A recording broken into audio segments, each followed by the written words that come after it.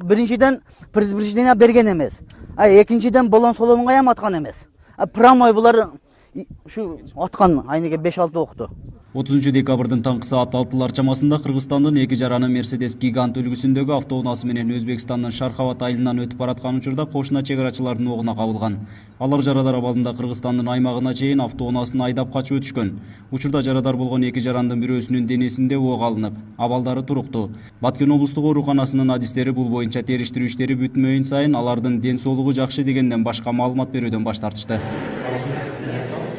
Мына жолдон келатып, акам мен икем чек арачылар аткандан кийин жарадар болуп, машинаны айдай албай калып, ушул жака жашырган машиналарды.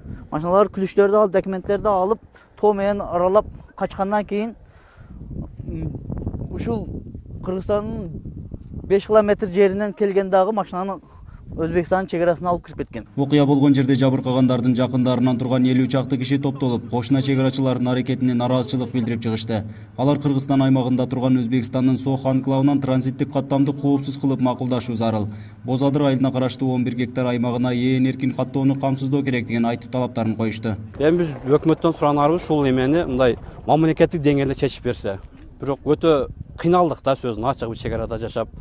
Ошого бир кайдыгер карабай өкмөт менен чечип берсеңиздер. Мына бүгүн бир эме, эки эмебизди атып кетишти Өзбекстан солдаттары. Кыргызстан террористтер чыккан жерде атып, машиналарын алып кирип кетиштилер. Жаңжал чыккан жерге Баткен чек ара отрядынын башчысы барды. Кыргызстан тарап бул окуянын себебин жана абалды аныктоо максатында эки өлкөнүн чек ара өкүлдөрүнүн жолугушуусун өткөрүүнү да белгиледи. Өлкөнүн жетекчисине аталган жаңжал тууралуу маалымдалганын кабарлашты.